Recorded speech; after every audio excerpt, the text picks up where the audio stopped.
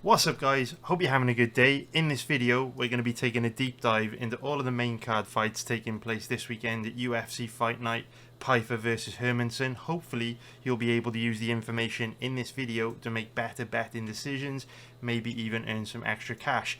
And what I've been seeing in the YouTube comments over the last few weeks is people that have this perception that I never bet on UFC cards ever, and I kind of just do these videos and I don't place any bets myself, which is a little bit crazy. So what I wanted to show you is I actually place a decent number of bets on every card. I would say most often between 1 and 5 bets. You can see last weekend we had 5 bets.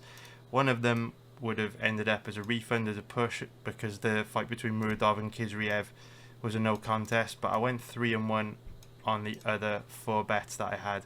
I make a profit most weeks. I just wanted to put that out there because I'm an introverted guy and I don't really talk about what I do. I very rarely post on social media. If you go on my Instagram, Twitter, I don't have time for social media, so I don't post them. I'm not one of these guys. It's like, boom, won a bet. Boom, won a bet. I'm not really that dude. Quite low-key. So I'm conscious that because I don't go out there screaming from the rooftops, communicating every little move I make, people don't really know what I'm actually doing. But I make a profit most weeks on the UFC. And yeah, just wanted to say that. I think people want me to kind of at the beginning of every video come out and explicitly say bet this on this guy and this on this guy and this on this guy, because then it makes their life easier, right? They've only got to watch the first 2 minutes of video, they can chip off, go about their day. But the problem with that is it does unfortunately encourage a bit of degen behavior where people are kind of blindly placing bets without really understanding the logic behind them. And so when you get people like that and the bets don't win, which inevitably from time to time the bets won't win because, well, no one can win no one can win 70, 80, 100% of the time. So a decent percentage of bets I place will lose. And then, if you're only just sharing bets, you encourage people that are kind of perhaps not here for the right reasons or don't have the best mentality for gambling, and that can create some toxicity.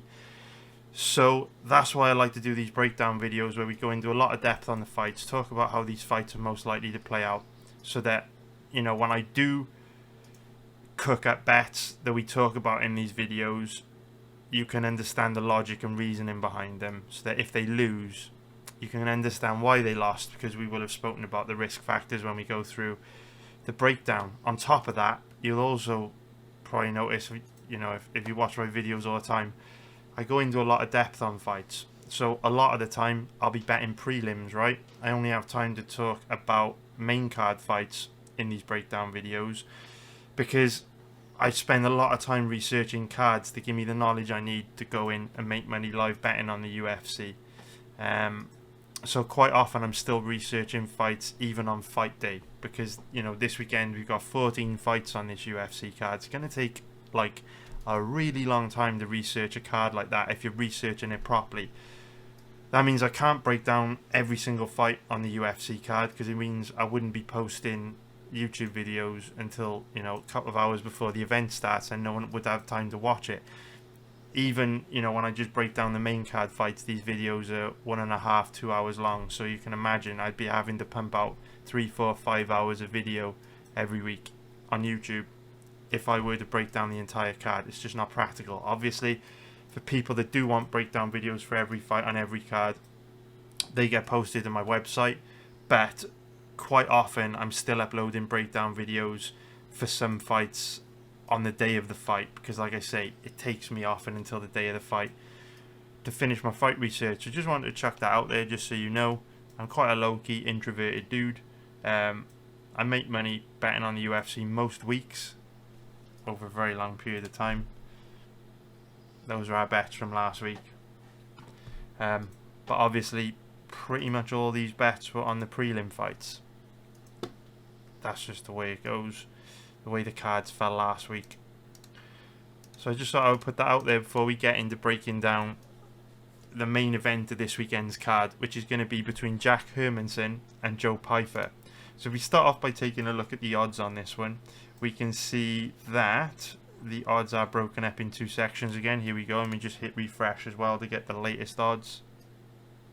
So the odds have been declining on Joe Pyfer pretty much since the odds were released, and the odds movement chart isn't loading. Great start to this video. Let's try again. If we refresh the page again, no, the chart isn't working, so you just have to take my word for it. Pyfer's odds have been steadily declining since the odds were released, and you can see red arrows across the board indicating that they're continuing to decline. So if we take a look at his odds, which is 1.36, which is minus 278 for an implied probability of 74%. If we take a look at the odds on Hermansson, we can see he's around an average of 3.10, which is going to be plus 210 for an implied probability of 32%. So Hermansson is 35 years old, 6'1", with a 77.5 inch reach. Pyfer, 27 years old, 6'2", with a 75 inch reach. So both guys roughly the same size, and you can see a pretty big age gap between the two, 8 years, which statistically means Pyfer's got around about a 67-68% chance of winning in that ballpark just based on the age gap. Although at 35 years old, Hermansson's not particularly old for a middleweight and hasn't shown any major signs of decline or anything like that, although he will be 36 years old in just a few months' time, which will then, you know, be the point at which we can start talking about Hermansson potentially starting to decline. But this is a young man's game, and Pyfer being younger than Hermansson will help a little, although, like I say, statistics are only useful when interpreted correctly, and even though the fact that Pyfer is a lot younger than Hermansson, and that will be a trend that's, you know, statistically in his favour, what I would also say is that Pyfer is very, very inexperienced, and this is a massive step up in competition for him, which is why I don't think the age stat is super relevant to this fight, just because Pyfer has had, you know, half the amount of fights that Hermansson has had.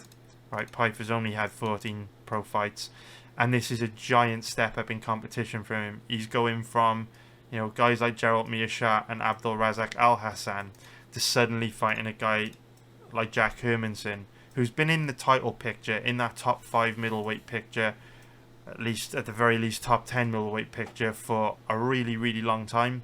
So this is a massive leap forward in competition for Pyfer, and it'll be interesting to see how he copes. Now, in terms of my microphone being too loud, just turn that down a little bit.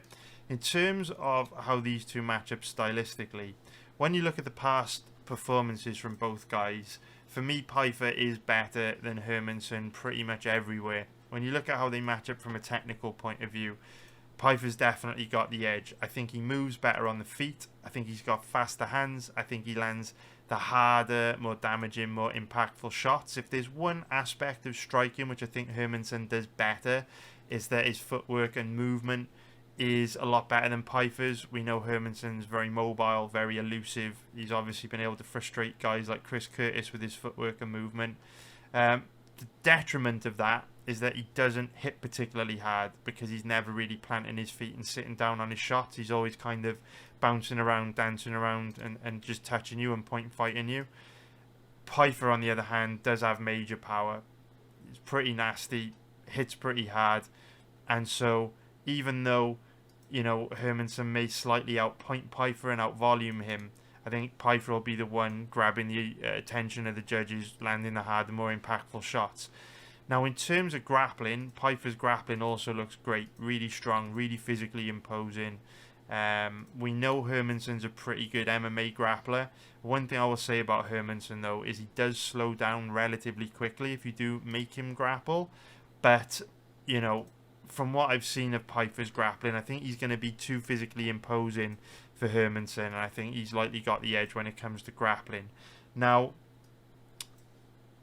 based on Pyfer's past performances, how good he's looked, the fact that he does have the edge over Hermansson everywhere, we can start to understand him being a big favourite. But for me, you would have to be absolutely crazy to bet Pyfer in this odds range because he is totally unproven.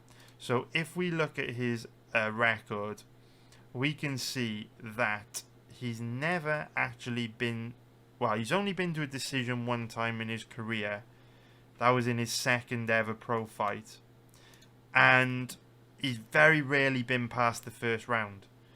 So you can see he went past round 1 here, and here, and here. But a lot of the time when his fights go past round 1, they end quite early into round 2.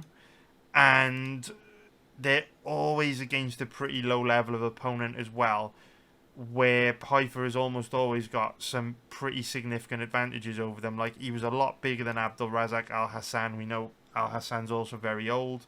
It's just one of these situations where we haven't really seen him face a really good level of opponent, right? You see in his UFC fight, he's fought Amadovsky, Mirsha, Al-Hassan. So he's going from those relatively low-level guys to now facing a huge jump up against Hermansson, who's been, a perennial top 10 guy for as long as I can remember. So that's one kind of jarring shock to the system for Pyfer. And then he's also in a situation where he doesn't have much experience going past the first round, to suddenly now being thrown in against a fight that could last 25 minutes, could go 5 hard rounds against one of the best middleweights in the world. There's really been no baby steps for Pyfer. It's not like he's faced a slight step up in competition, then another slight step up in 3 rounders. You know what I mean? They've suddenly thrown him from these low-level guys, which he's been smoking in a round or two, suddenly thrown him in there against one of the best middleweights in the world in a 5-minute, 25-round fight, which is potentially a terrible idea. We all saw what happened with Abus Magomedov when he was fast-tracked into a 5-round main event way too quickly against Sean Strickland and completely fell apart. I'm not saying that will happen with Pyfer. I think Pyfer's very good. What I am saying is you're taking a big gamble if you bet on Pyfer in this odds range, with it being his first 5-round fight, with this also being a massive step up in competition for him, and with him also not having much experience going past round 1. We've got no idea how he's going to react if he gets tired, if he gets hurt, all that kind of stuff. So, yeah, it's tricky. Proceed with caution if you're betting this fight. I don't know if I would go as far as saying this is dog or pass, because I do think Pyfer's very good. I certainly do not want to bet Pyfer at these odds, so it's an easy pass for me. In terms of the over-under on this fight, the over 1.5 rounds is very interesting to me. I know that might sound a little bit crazy for all the stats-based bettors, because they will be saying, why the hell would you want to bet the over 1.5 rounds on a guy that frequently smokes his opponents in round 1? And of course, my answer to that would be, whenever we see guys that have got a lot of quick finishes, that are relatively new to the UFC, and they've got a lot of early finishes prior to the UFC. Maybe they get a few quick finishes when they first come to UFC, face a relatively low level of UFC level fighter. Well, they quite often rack up those finishes because they're facing a pretty low level fighter who's easy to finish. As they then face that step up in competition, we get to see really how dangerous they are, and they don't tend to get as many finishes. So with Pyfer, he does hit hard, but it's not like he has devastating knockout power, and it's not like he's crazy dangerous on the ground either. So we've got a bit of a contrast here, where when we look at Hermansson, he frequently goes to a decision, and when we look at Pyfer, frequently ends fights inside the distance. I actually quite like the over 1.5 rounds in this fight. I'll probably bet in that. So for all the all the people that are a fan of my over bets, there's another one. I think that's quite likely to hit, and I think our win rate on overs is like over. Someone was saying, I haven't checked this myself, so I can't fact check it. Someone said in our live betting group last weekend that our win rate on overs was like 72%, and I don't know over what sample size or what time frame, but we are doing pretty well on over unders lately. So there's one for you. Hopefully that hits.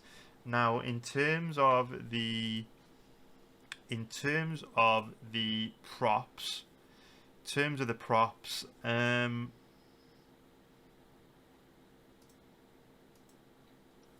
crazy one, I don't like props, I'm not going to be betting this myself, but a crazy outside prop would be Hermansson to win by decision at 7.0 plus 650 on the basis that Pyfer may not be able to go hard for 5 rounds and slows down, so maybe he starts well early, wins the early rounds because he's better than Hermansson in most areas, but then slows a bit and Hermansson backdoors the 3rd, 4th, 5th round. I could see that happening, but other than that, I'm not the biggest fan of any of these props, and I would probably give props a miss. So I hope you found that breakdown useful. Now let's break down the next fight on this card, which is going to be Andre Touchy Fili versus Dan Ige. He calls himself 50k these days. He used to be Dynamite. Either way, this is incredible matchmaking and a really good fight that I'm looking forward to. So Ige is the slight favourite at average odds of around 1.57, which is going to be minus 175 for an implied probability of 64%. If we take a look at the odds on Fili, he's around an average of 2.45, which is going to be plus 145 for an implied probability of 41%. So not a million miles away from 60-40 in the eyes of the bookies in favour of Ige. And we can see that Fili is 33 years old, 5'11", with a 74-inch reach. Ige, 32 years old, 5'7", with a 71-inch reach. So we can see both guys pretty much the same age. Bit of a difference in size between the two, and there's definitely a difference in body type that comes with it. This is one of those matchups where even though Fili is long and tall and has a slight reach advantage over Ige, I don't think it's going to have a particularly big impact on the outcome of this fight, just because both their body types have strengths and weaknesses. In terms of, with Fili being long, lanky and tall, he's quite good at using his reach, he's quite good at fighting long. But with Ige being small, muscular, compact, he has major power in his hands and can generate, you know, true legit knockout power with every single thing that he throws. So there's pros and cons to both body types, which I feel negate any advantage Fili may gain from the 3-inch reach advantage. I mean, it's nice to have a 3-inch reach advantage, but it's also kind of nice to hit as hard as Ige, if you get what I mean. So again, stats are only useful when interpreted correctly, and I don't think the reach is going to mean too much in the context of this fight. So in terms of how these two match up from a stylistic point of view, very likely this is going to be a stand-up fight. Both guys can grapple. You know, Dan Ige, you can see him in his gi here. He does have a base in Brazilian Jiu-Jitsu. Fili has obviously trained for the majority of his career at a predominantly grappling-based gym in Team Alpha Male. So both these guys are capable grapplers. Obviously, they do have issues on the ground, but fairly capable. But both of them like to stand and bang. Both of them very rarely try to take their opponents down. The only time you'll ever really see either of these try and take their opponent down is if they're very badly hurt or very desperate. We've seen Ige try to shoot takedowns on guys like Korean Zombie when he was very tired, very hurt, losing the fight. Seen Fili shoot a takedown against Nathaniel Wood just after being knocked down to try and buy himself some time to recover. But outside of that, for the most part, both these guys love a stand-up war. Now, if the fight stays standing, it's a real interesting stylistic matchup because they're both very well matched and both very skilled. Like I said, Fili's got the volume on his side, the ability to fight long. He also throws a much more diverse range of attacks than Ige. Ige's much more of a boxer, whereas Fili has got a really nice kicking game. His head kicks, his body kicks are devastating. But Ige, I'm not going to necessarily say Ige is the better boxer out of the two, because Fili is a very good boxer. But what I would say about Ige is that he packs a way bigger punch, is more durable, and I would say is also better defensively as well. So what you notice about both these guys is neither of them like to take a backward step. They're more than happy to get into big exchanges, bet on their chin against their opponent, and just throw down, sit down really hard on their punches and let their hands go. That's a much better dynamic for Ige in the context of this fight, because he is more durable, he does have a better chin, he does hit harder, he's quite good in the pocket as well. Fili is also, you know, good in the pocket, but because he's longer and leaner, He's not as good defensively or as sharp as Ige in the pocket. He's a little bit more prone to getting dinged, and obviously we have seen Fili rocked, dropped, wobbled, knocked down multiple times in his career, whereas Ige pretty difficult to sit down.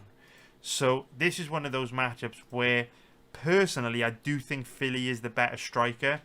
I think he uses his length well. I really like his kicking game.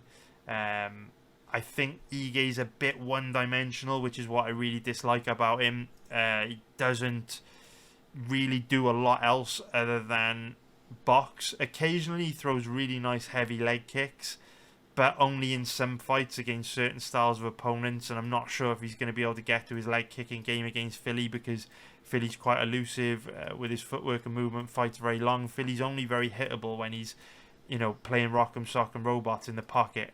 Outside of that, it's not easy to get to him. So I do feel Fili is the better striker out of the two, but his room for error is much smaller than Ige's because Ige hits like a truck. The one issue that I do have with Ige is that he also is a little bit guilty of headhunting at times. And, like Chael Sonnen famously said, when you try and win a fight by knockout, you often end up losing a decision. That has been, to some extent, a big problem in Ige's career, where he knows he has big power, so he can be guilty of kind of stalking his opponents around the octagon, looking to load up on that one big shot that's going to knock him out. And in the process, doesn't really set his power punches up that well, and doesn't really throw with too much volume, which makes it quite easy to outpoint him and outwork him. And that's a big risk for him in this fight, because Fili's pretty good at dancing around his opponents and using his length to chip away at them. So this is an interesting matchup for me. I'm not going to necessarily say I lean Fili, but what I would say is at these odds, Fili gives you a far better risk to reward ratio, because I think this is likely to be a really close, really competitive fight. There's only really two ways that I see this going. I could see Ige death shotting Fili and brutally knocking him out in one of the early exchanges when Fili is, trying to establish dominance in there and go toe-to-toe with Ige. So I could see Ige completely flatlining Fili, or I could see it being a 3-round razor close war of attrition where someone just edges a decision. I'd be really surprised if either of these guys were to dominate this fight. I'd be really, really surprised. I think the only way one of these guys were to dominate this fight is if Ige were to score like a knockdown in round 1 and a knockdown in round 2. But if he doesn't get the knockdowns, and it's just, the fight plays out purely based on striking and no knockdowns, I think this will be razor close. Razor close. And so for that reason, I do understand why Ige is the favourite, because it's likely to be a close fight, but he is more likely out of the two to get a finish. But in terms of which fighter gives you the better risk to reward ratio, I think it's undeniably Fili. So I'm not going to be betting this fight because I don't have a super strong lean either way. But I do think Fili at underdog odds gives you the better risk to reward ratio if you really want to bet this fight. Now, in terms of the over-under, the odds are actually quite interesting. I actually thought the odds would favour the fight not going to a decision, because both guys are likely to go to war for 3 rounds. But I'm guessing the odds are set in this way because both guys are absolutely tough as nails and there's no quitting them. To be fair, they both go the distance like a decent percentage of the time. You can see Fili's fought to a lot of decisions. Ige has turned into a bit of a decisionator. However, styles make fights, and I just think, with the styles of these two, violence is quite likely. Extreme violence where someone gets knocked out, because quite often we'll look at a fighter that goes to a decision a bunch of times, and for the most part there hasn't been too much action. There's just kind of been a lot of point fighting, right? If we take the example of Jack Hermansson, he doesn't really engage too much in fights. He kind of dances around guys and point fights, so it makes sense why Hermansson's fights are more likely to go to a decision because he's not really that kind of guy that's going to look to engage with you. Whereas, even though guys like Fili and Ige have frequently gone to a decision, it's not like their fights aren't totally chaos and full of violence. Like the Algeo fight that went to a decision was chaos. The Wood fight that went to a decision, I think there was at least 2 knockdowns in that fight. If we look at Ige's record, the Landwehr fight was a war. You know, Landwehr got rocked bad at the end of round 1. Bryce Mitchell took incredible amounts of damage in that fight. So it's not like these two are going to decisions because they're boring point fighters. They're going to decisions because they're tough as fucking nails and they're fighting guys who are tough as fucking nails. But they both do score knockouts and knockdowns quite frequently. Like I say, you know, Fili won his last fight by knockout, dropped Nathaniel Wood. You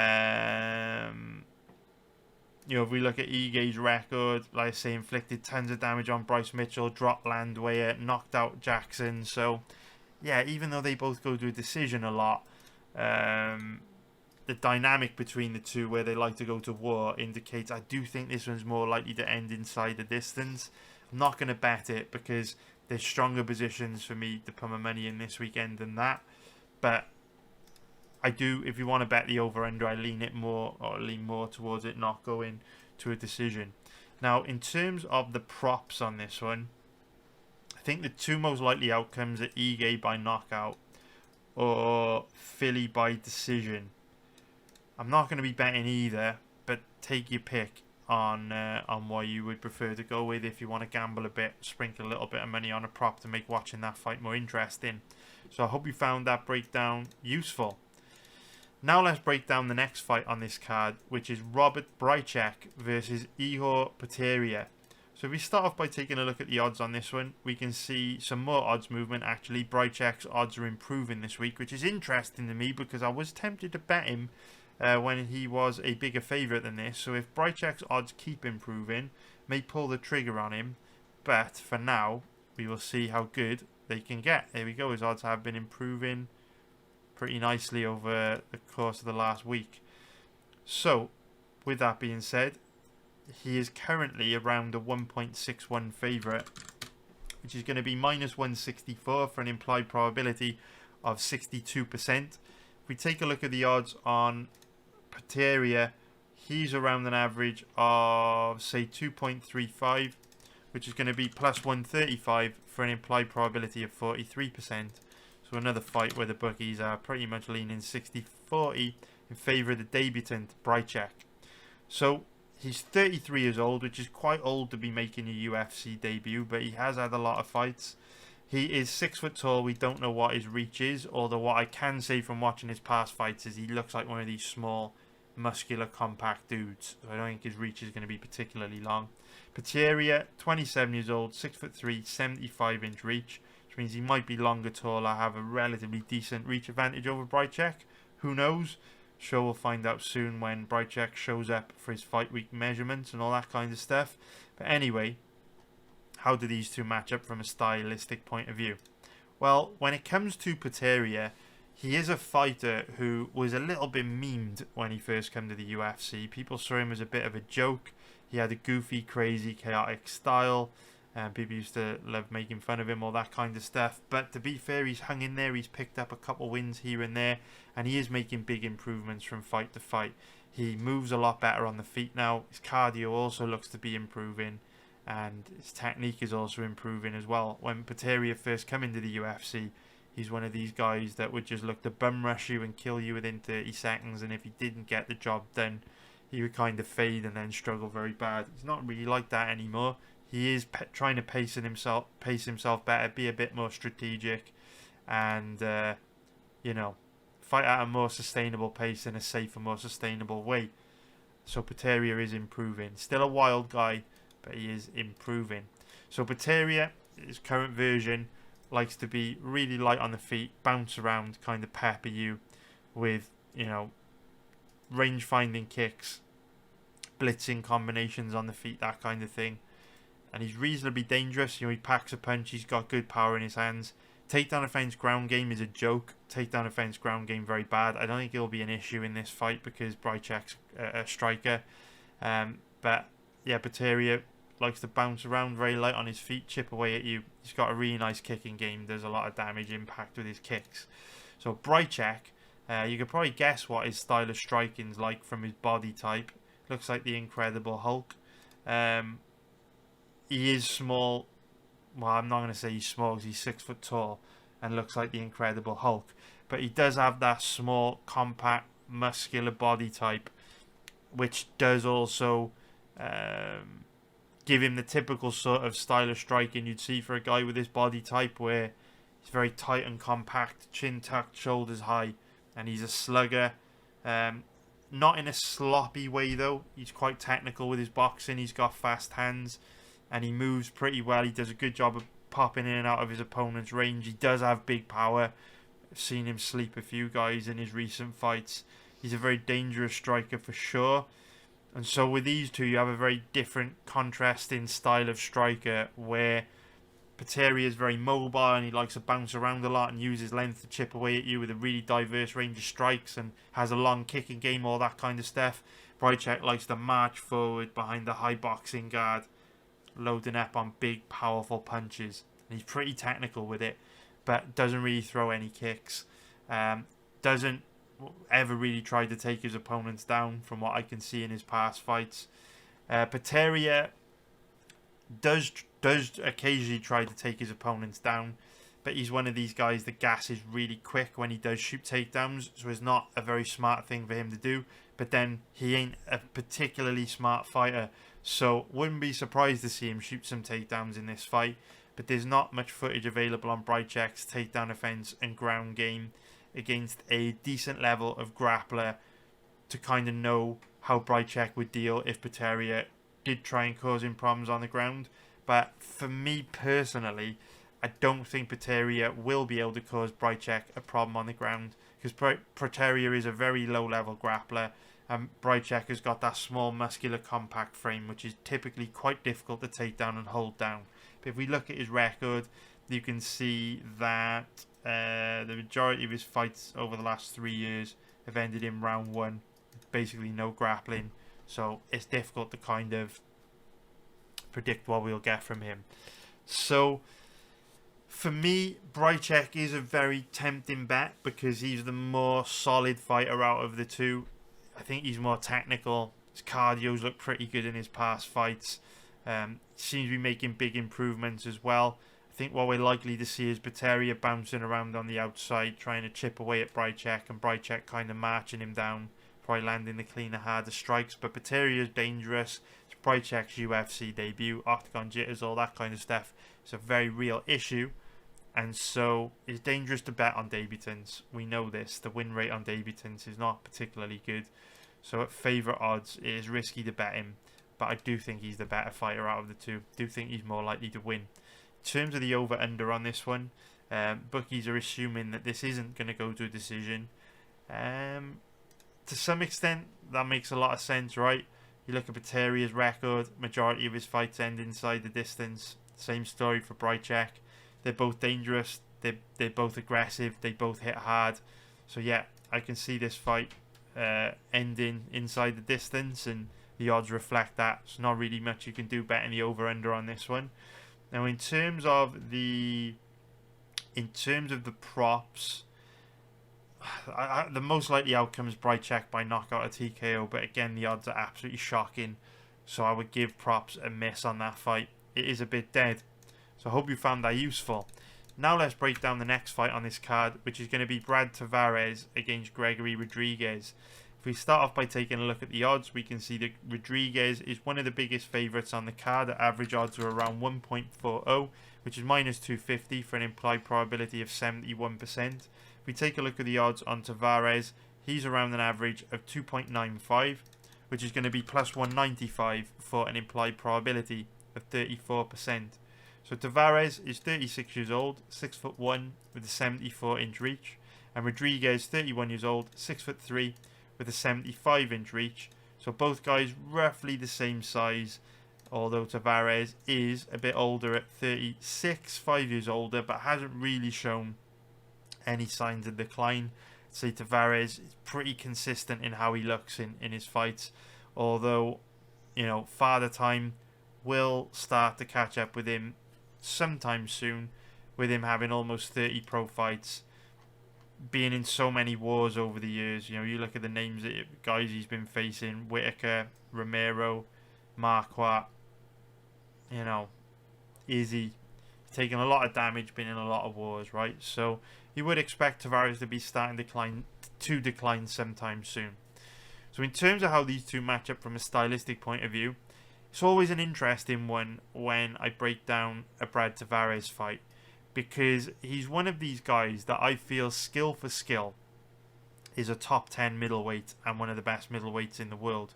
When you research a guy like Brad Tavares, there's really nothing to be critical of from a technical point of view, or really many other point of views. He's got incredible cardio, he's got a granite chin, he's got bulletproof takedown defense, he's almost impossible to hold down, and his striking's very technical as well. So at this point you're probably thinking, well, when's his title shot, Chris? He sounds fucking amazing to me. Well, the problem with Tavares is the mental side of the game, and GSP famously said fighting's 90% mental, and when you look at a guy like Brad Tavares, it's certainly true. You can see it in him, because throughout the majority of his career, you know, we've seen the names of the guys he's been facing: Adesanya, Whitaker, Romero. He's always been at that level where he is capable of competing against the best middleweights in the world, but when he gets that opportunity to break through, he never fights to his full potential and gets knocked back. Like Bisping, you know, in many ways, you know, Bisping for many years had that problem. Although with Bisping, I do think it was more a lack of technical ability than the mental side of the game. I think in actual fact, Bisping's the opposite to Tavares, in that Bisping was never the most technically skilled, but it was his mentality that got him the title shot and the belt in the end. With Tavares, he's got all the skills in the world, but not the fighter's mentality just to make the most of it. So whenever I'm breaking down a Brad Tavares fight, it's always a little bit tricky, because against most of the guys that he faces, he's better than almost all of them at everything, which I know is a crazy thing to say, especially because he's a big underdog in this fight, but he just is. He's an excellent fighter.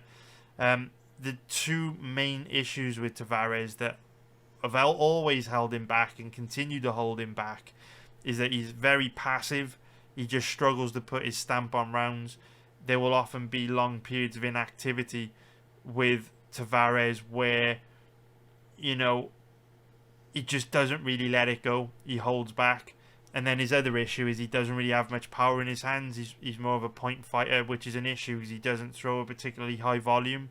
But Tavares is one of those guys that I believe, well, his career proves it. You know, if you throw him in there against any middleweight in the world, he's going to hold his own. You know, he might get beat up, he might get dominated on the scorecards. But, you know, the Izzy fight, the Duplessis fight, they show the level he's at. You know, he's gone the distance against the current middleweight champ. He went the distance against Israel Adesanya. He went the distance with, you know, guys like Yoel Romero, guys like Nate Marquardt, guys like Lorenz Larkin, who was one of the best middleweights in the world at the time. I think that Tavares is just one of these guys that always fights to the level of fighter he's going up against. If he's facing the worst middleweight in the division, because he's passive and holds back a lot, he'll find a way to make it close. If he's fighting the best middleweight in the division, he's so damn skilled that he'll find a way to hang in there and be reasonably competitive. Just that kind of guy. But he just doesn't ever fight to his full potential and get the job done. So in terms of how these two match up from a stylistic point of view, I'd actually say Tavares is better than Rodrigues everywhere, which I know is a crazy thing to say, but he is. He's definitely better defensively. He's definitely better, you know, more durable, has a better chin. He's a better MMA grappler. He's a more technical striker as well. I just think this is one of those matchups where you're likely to see how important that fighter's mentality is in MMA, because in this matchup you've got a guy in Brad Tavares who's more skilled everywhere than Gregory Rodrigues. But in Gregory Rodrigues, you've got a guy who just has that mentality where he's just got such a strong will to win. Never say die, never say quit attitude. And will just keep pushing and do whatever he needs to do to win, right? You look at the Chidi Kawani fight. Very early on in that fight, he suffered a cut so severe on the top of his nose, in between his nose and his forehead, that the doctor that was stitching him up came out after the fight and said, if this guy would have got punched one more time in that cut, he would have severed an artery to his brain and died.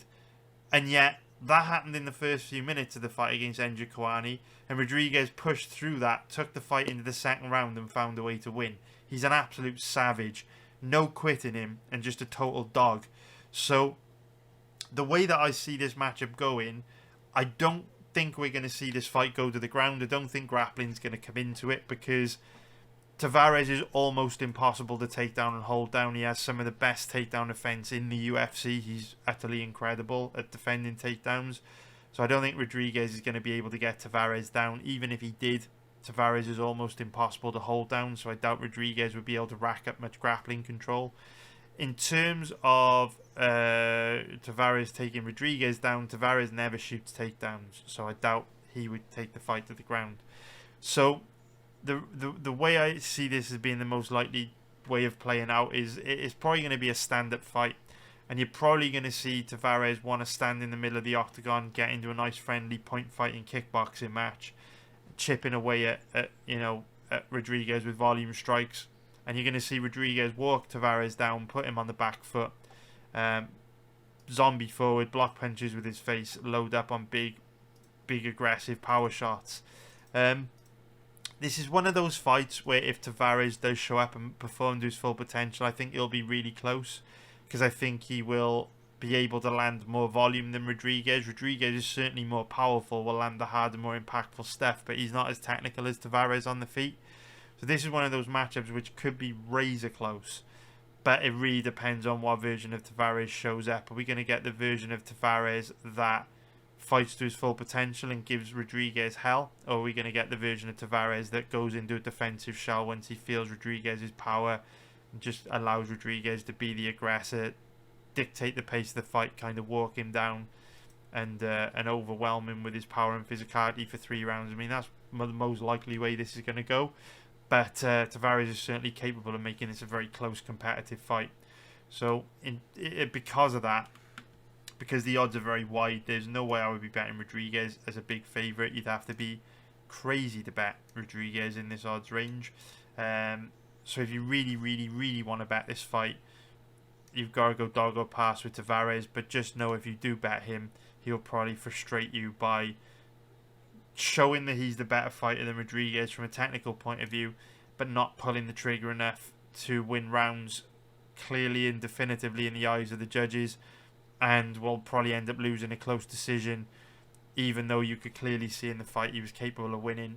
Brad Tavares is the kind of guy that'll have you shouting at your TV, because you know he's got a lot more to give than what he actually gives in fights. He's very, very good. He just never shows it. So in terms of the over-under on this one, the fight very likely to go deep, in my opinion. I think it's very likely to go to a decision. If we take a look at their records, throughout Tavares' entire career, he's been a total decisionator. He goes a decision in the vast majority of fights. Rodrigues obviously has a very aggressive style, is not the best defensively, does get dinged a lot. So for that reason, a lot of his fights end inside the distance. But styles make fights. And because Tavares doesn't have much power in his hands, it's unlikely he's going to be able to hurt Rodrigues on the feet very much. And because Tavares is so damn durable and has an amazing chin, I don't think it's that likely Rodrigues will be able to knock him out. So very likely this fight goes to a decision. The over is very tempting on this fight, actually. I haven't made a decision on whether I'm betting that or not yet. I will obviously let you know in our Discord if I do. But let me give that a little bit more thought, because like I say, it's a great card for live betting. Really looking forward to live betting this card. We've got tons of great football coming up this weekend. And I think there's a couple of other spots from a pre-fight betting point of view on this card that I feel are good positions for us to put our cash as well. So when we've got a sort of situation where there's really, really strong opportunities throughout the whole weekend for us to put our money across football, live betting UFC, pre-fight betting UFC, don't really want to risk potential profits on riskier bets like the over on this. But the only reason why it would be risky, in my opinion, is because of how bad Rodrigues is defensively, and with Tavares not having knockout power, it's not that likely it ends inside the distance, in my opinion. So let me give it some thought. The over is very tempting, but it's more risky. Let me just think about it. Alright, now let's get into the next fight, which is going to be Darius Flowers versus Michael Johnson. So if we start off by taking a look at the odds on this one, we can see that this is one of those matchups in the even money odds range, with Michael Johnson being the favourite at average odds of around 1.71, which is minus 141 for an implied probability of 58%. If we take a look at the odds on Flowers, he's around an average of, say, 2.15, which is going to be plus 115 for an implied probability of 47%. So Flowers is 29 years old, 5'9" with a 71-inch reach, and Johnson, 37 years old, 5'10" with a 73.5-inch reach. So both guys roughly the same size, but there's a very large 8-year age gap in this fight, which I do think is pretty significant in the context of this matchup, because Johnson is at the stage in his career where he will be declining significantly from fight to fight.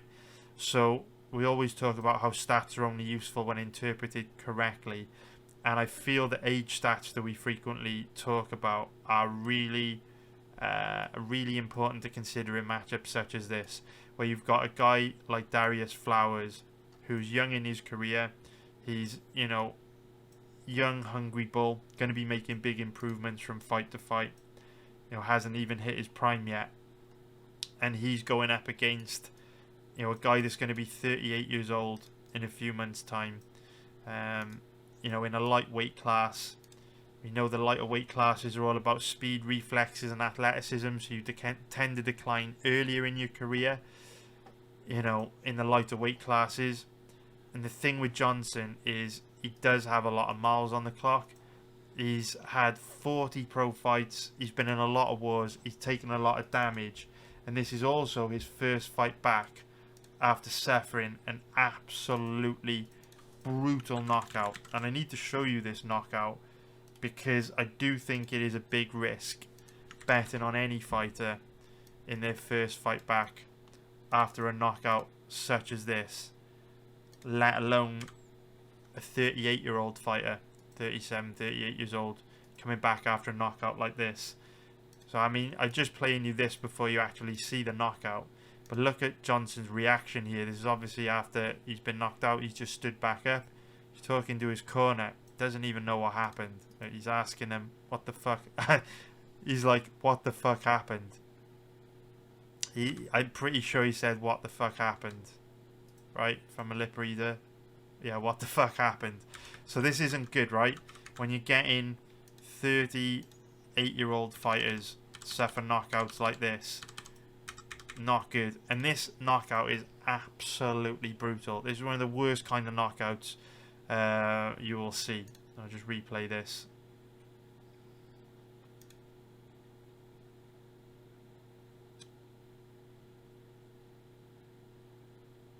I mean, it's a bad one, right?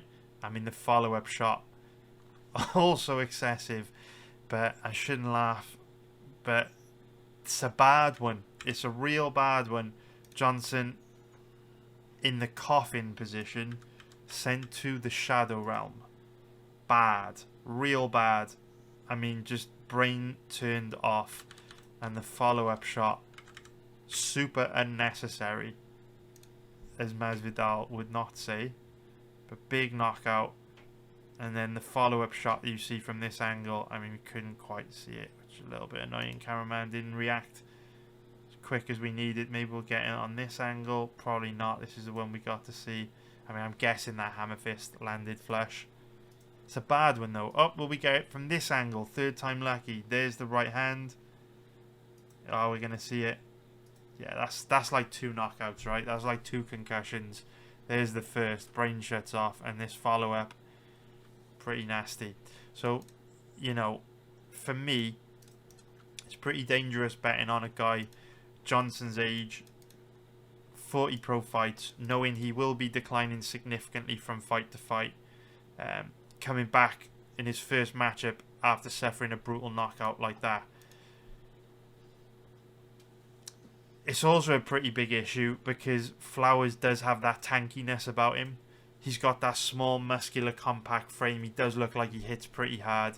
If you look at his record, you can see he's got some knockouts on his record. He's just like a physically imposing dude. He's like a slugger. So while he's nowhere near the level of striker that Johnson is from a technical point of view, he does hit hard. And at Johnson's stage in his career,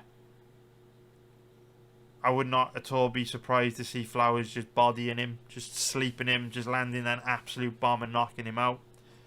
So it's tricky, man. It is tricky. Tricky. The only other X factor on this fight is that Flowers made his debut on short notice against Jake Matthews at welterweight, whereas this fight is at lightweight. However, he's quite small for a welterweight. At 5'9" with a 71-inch reach, he should be in the lightweight division or even the featherweight division with a wingspan like that. So even though you can see he's been fighting at like middleweight,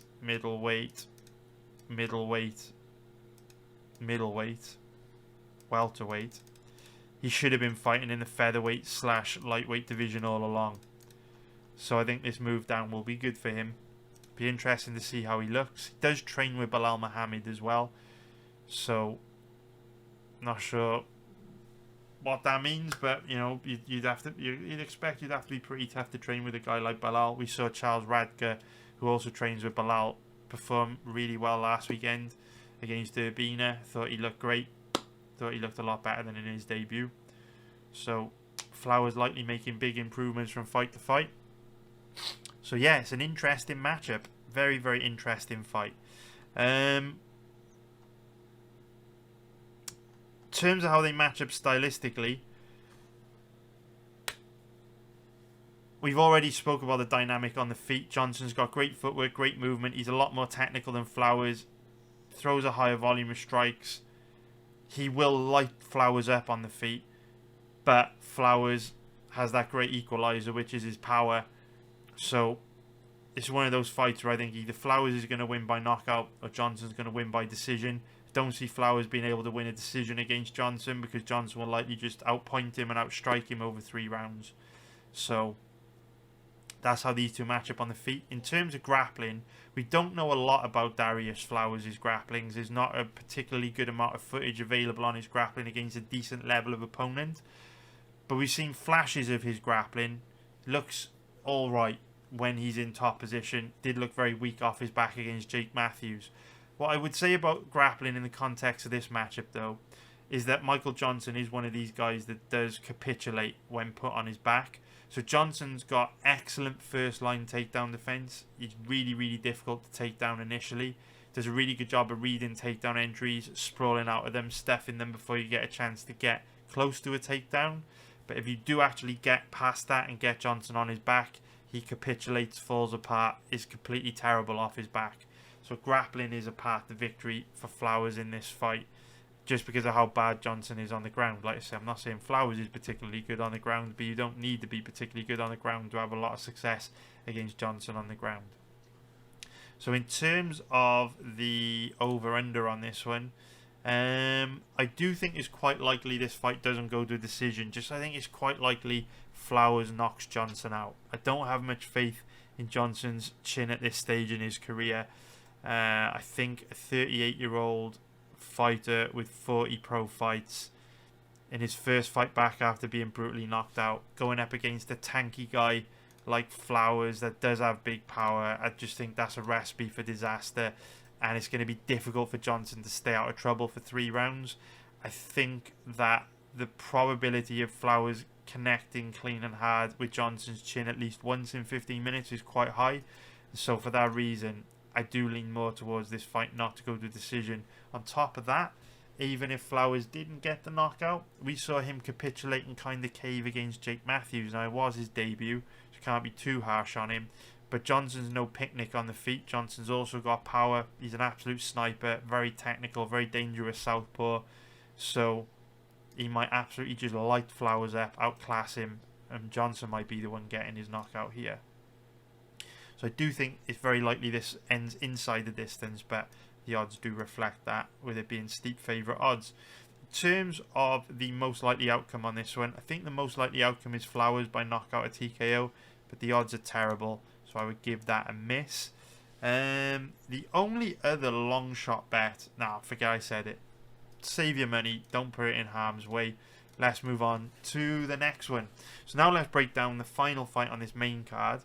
Let's get into the fight between Rodolfo Vieira and Hermansson Predictions. So both these guys are in the even money odds range. We can see that Vieira is the favourite at average odds of around 1.83, which is going to be minus 120 for an implied probability of 55%. If we take a look at the odds on Petrosyan, he's around an average of, just call it 2.0, which is going to be plus 100 for an implied probability of 50%. So it's roughly 50-50 in the eyes of the bookies, pretty close. And I can see why, because it is a classic striker versus grappler matchup. Petrosyan the striker, Rodolfo the grappler, and if we can establish who's more likely to be able to keep the fight in the area of dominance, with Petrosyan keeping it on the feet or Vieira keeping it on the ground, we could get a pretty strong lean on this fight. And so, you know me, I do like betting fights in the even money odds range, because if we can lean 60-40 one way or the other, we can often get a good margin of value over the bookies and a strong position a strong position for our money. I do heavily lean towards Rodolfo Vieira in this fight, and I will show you why with footage. It's certainly a very risky bet. Is a million miles away from being a safe bet, but I do think it's far more likely he wins for reasons I will in a few moments show you with footage. But whenever you bet a fight like this, it is very risky, because you're basically risking your money in a situation where the guy you're betting on has an extreme weakness in the area that the other is strong. So if you bet on Petrosyan this weekend and the fight goes to the ground, you know he's absolutely screwed. If you bet on Vieira this weekend and the fight stays standing, you know he's absolutely screwed. The kind of bets that I like to place are where I'm overwhelmingly stacking the odds in my favour, and the fighter that I'm betting has tons of ways to win and only a few ways to lose. And, quite often those just few ways to lose are the difference in the fight, and the fighter that I bet on loses, right? But if you keep consistently getting your money into a position over a very long period of time where you overwhelmingly stack the odds in your favour, and the fighter that you bet has a lot more ways to win than lose, you will make a profit. When you start going down the road of betting on fights like this, you're gambling quite a lot, because there are significant risk factors to your guy losing. So let's get into the footage, because it'll be a lot clearer when you see it for yourself, and you don't have to listen to me bump my gums about all that shit. So, in terms of the tail of the tape, Vieira, 34 years old, 6 foot tall with a 73 inch reach. Petrosyan, 33 years old, 6 foot 3, 71 inch reach. So they're both roughly the same age, roughly the same size. They do have very different body types. Petrosyan's longer, leaner, taller, and Rodolfo Vieira is smaller, tankier, more physically imposing. So, in terms of how these two match up stylistically, I've briefly touched on it. I'll put a cap on it now. Petrosyan is a very good kickboxer, moves well, throws a nice diverse range of strikes across various punches and kicks, lands hard, damaging, nasty, impactful shots. Vieira's not a terrible striker. For a pure BJJ guy, his striking actually isn't bad. He moves reasonably well. He's got reasonably good defense. Doesn't really have any power in his hands, but striking isn't his forte, so it's not a deal breaker. If the fight stays standing, Petrosyan should light Vieira up, inflict a lot of damage, win the fight very comfortably.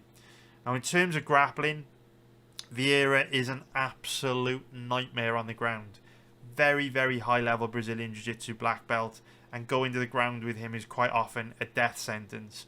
What makes Rodolfo Vieira, I almost said Patrick Vieira then for any football fans, for anyone that is familiar with Vieira's style, one thing that makes him very special is that he has this ultra high level Brazilian Jiu-Jitsu ground game, but he also has very good offensive wrestling to get his opponents to the ground. The problem with a lot of high level Brazilian Jiu-Jitsu black belts is that they don't have the offensive wrestling to get fights to the ground where they can use their high level ground game. Mackenzie Dern is a great example of this. Mackenzie Dern is one of the best Brazilian Jiu-Jitsu practitioners I think we've ever seen in the UFC, yet her offensive wrestling is very bad, so she often doesn't get an opportunity to fully maximise her advantages on the ground because she can't get her opponents on the ground. And Damian Maia was another really good example of this. He only developed offensive wrestling towards the end of his UFC career. In the early days, he really struggled to get his opponents down. What's cool about Rodolfo Vieira is that he's one of these very few Brazilian Jiu-Jitsu black belts that is very high level on the ground, but actually has really good offense in his mixed martial arts career, with him only having 11 pro fights. So Vieira's timing on his takedown entries, his double leg takedown entries are absolutely superb, which makes this a very difficult fight for Petrosyan because his takedown offense is quite frankly a joke, and I don't see how he's going to be able to stop Vieira from taking him down, which is why I heavily lean towards Vieira in this fight. And I'm going to show you a bit of footage to back that up, because whenever I make strong statements like that, people will always be like, Petrosyan trains with a Moldovan world universe champion of grappling and his takedown defense is going to be so much better, or Petrosyan's takedown defense isn't bad, what are you talking about, do you even watch fighting, ha ha ha ha ha.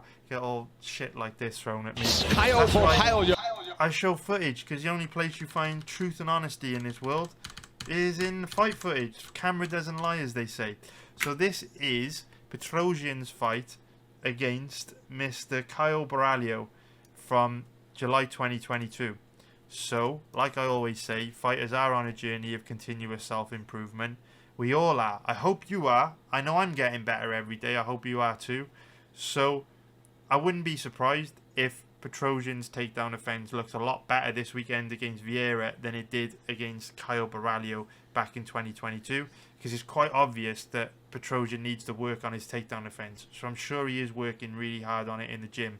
The problem is we can only try and make the best decision possible with the information we've got available, and we can only judge Petrosyan on what we've seen. So based on what we've seen, his takedown offense is an absolute joke. And what's quite cool about this fight is that Borralho's obviously a BJJ guy, just like Rodolfo Vieira, and there's a lot of similarities between Vieira and Borralho. They're both BJJ guys, they're both Brazilian, they both would probably look at incredible on a beach, far better than me. They are, they both slow down as fights wear on. They're both reasonably good offensive wrestlers for BJJ guys, but I'd actually say Vieira is better than Borralho. So if Borralho has success getting Petrosyan to the ground, good chance Vieira will as well. So here you can see a bit of Petrosyan's takedown offense. Borralho drives that double leg, and you can see Petrosyan easily goes down with Borralho moving into half guard here. So, like I say in these videos every week, it's not a deal breaker for me if a guy has bad takedown offense, as long as he can work his way back up to his feet quickly. That's not the case with Petrosyan. He's also got a really low level ground game. So I don't want to make this breakdown super long, so I will skim through this footage. You can obviously go watch this fight yourself if you want to do deeper research on it for yourself instead of taking my word for it. But I just want you to just pay attention to how bad Petrosyan is on the ground, how weak he looks, how green his ground game is. He's kind of just getting held down and overwhelmed on the ground pretty easily by Borralho. Gave his back up there. And so he gave his back up with about 4 minutes left to go in the round.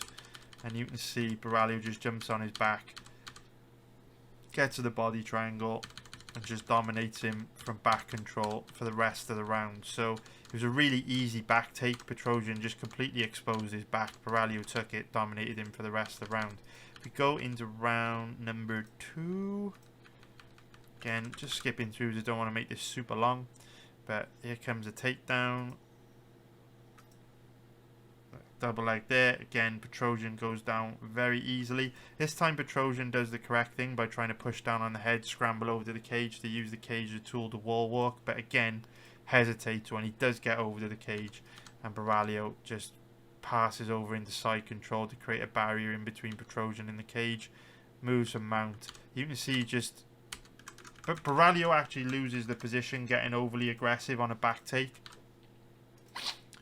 But quickly recovers, or actually doesn't. Petrosyan lets him back up. But if we skip through, quickly recovers by getting another takedown. So you can see, again, Petrosyan giving up a really weak takedown. About 2 minutes left to go in the round.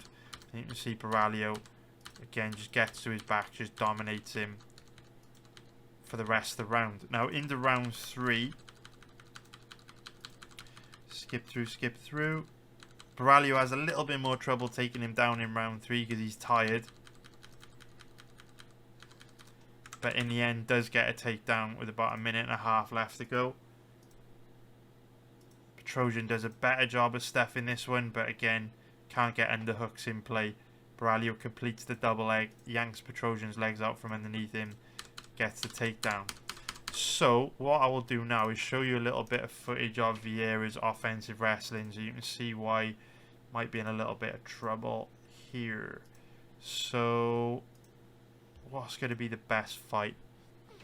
What is going to be the best fight to illustrate Vieira's offensive wrestling? Take a look at the Brundage fight.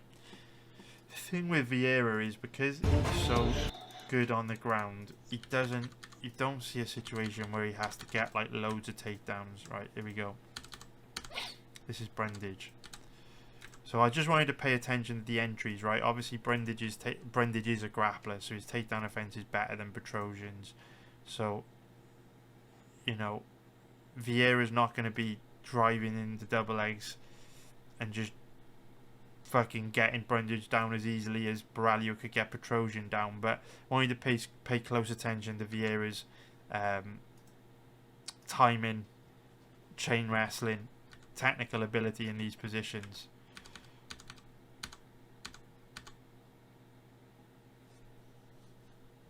We didn't see Baralho have to do any of this stuff where he's kind of working with takedowns up against the cage, so he was just shooting double legs. But Vieira, like I say, he's a good offensive wrestler with good chain wrestling. You see him go to the body lock here, you know, working for double legs, single legs.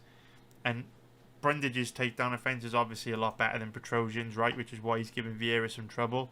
But this is where you've got to visualize if Petrosyan was in this position and we were seeing, you know, Vieira transition and chain between different takedown attempts from like body locks, inside trips, outside trips, single legs, double legs. How would Petrosyan's takedown offense hold up against a guy with the offensive wrestling of Vieira, right? You know, look, Vieira's been persistently working with takedowns. He's looking for an outside trip there. He's got the body lock. You know, he's very, very persistent, very creative. Has a diverse range of ways to get fights to the ground, right? And obviously Brundage's defensive wrestling, like I say, is a lot better than Mr. Petrosyan's. So that's one example.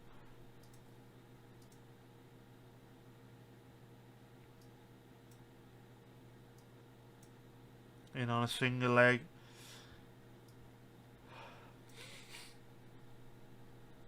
So yeah, I feel like I don't want to make this clip super long, but you get the idea, right? With Rodolfo Vieira's grappling, he's just got the ability to dictate where the fight takes place more so than Petrosyan. So for that reason, I heavily lean Vieira. I think he's just going to be able to get Petrosyan down and dominate him. Now, the main risk factor to betting Vieira this weekend, not only the fact that he obviously is outgunned big time on the feet, is that he does have a history of slowing down as fights wear on. So the second half of the fight could get really dicey for him. But if he's able to get takedowns easily, he won't be burning through much energy controlling Petrosyan on the ground. Now, having said that, Vieira is one of these guys that does have quite fast jiu-jitsu. So he's like a Mackenzie Dern, Gilbert Burns type Brazilian Jiu-Jitsu practitioner, where he's constantly attacking, constantly trying to submit you. Because of that, he does give his opponents opportunities to scramble out of bad positions and escape bad positions, because he's always attacking them. And because of that, he does burn through a lot of energy, more so than someone like, who have we had on this card that we can compare to him? More so than there's no one really. Yeah, so basically Rodolfo Vieira's style of grappling is that he does burn through a lot of energy on the ground needlessly, which is one of the reasons why he slows a lot. But if he just favoured position over submission, he would be able to rack up a lot of control time on Petrosyan without burning through too much energy. So this is a very nuanced, complex fight where you've really got to understand why you're watching in order to interpret the action, which is why I'm looking forward to live betting this one. So yeah, hope you found that useful. We'll get into the over-under on this one though.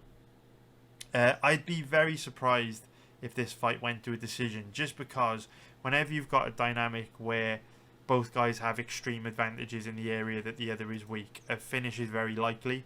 So if the fight stays standing, Vieira's not going to be able to compete with Petrosyan. He's going to be outgunned big time. Therefore, Petrosyan knocking Vieira out is very likely. Similarly, if the fight goes to the ground, Vieira is so much better than Petrosyan on the ground that it's going to be difficult for Petrosyan to avoid getting submitted. And so, because of that dynamic, and the fact that there's no safe areas in this fight for either guy, because, you know, they're both in trouble in their own ways, very good chance this fight doesn't go to a decision. Now, in terms of the props on this one, I think the most likely outcome is Vieira by submission. Second most likely outcome is Petrosyan by knockout or TKO. The odds are quite bad on both those outcomes. Both those bets, sorry. So I would give it a miss. Oh my god, tired. Hope you found that useful. So, thank you very much for watching. Like if you haven't already. Subscribe, please. I would really appreciate it. I'm begging you, man. Begging you, please subscribe. And hope we make loads of money this weekend and have a great weekend. Hope you enjoy the card. It's a very good card. I like these low-key fight night cards. I enjoy them more than the big pay-per-views. So have a great weekend. Take care, everyone. Love you all. See you next week for another video. Nice one, guys. Bye.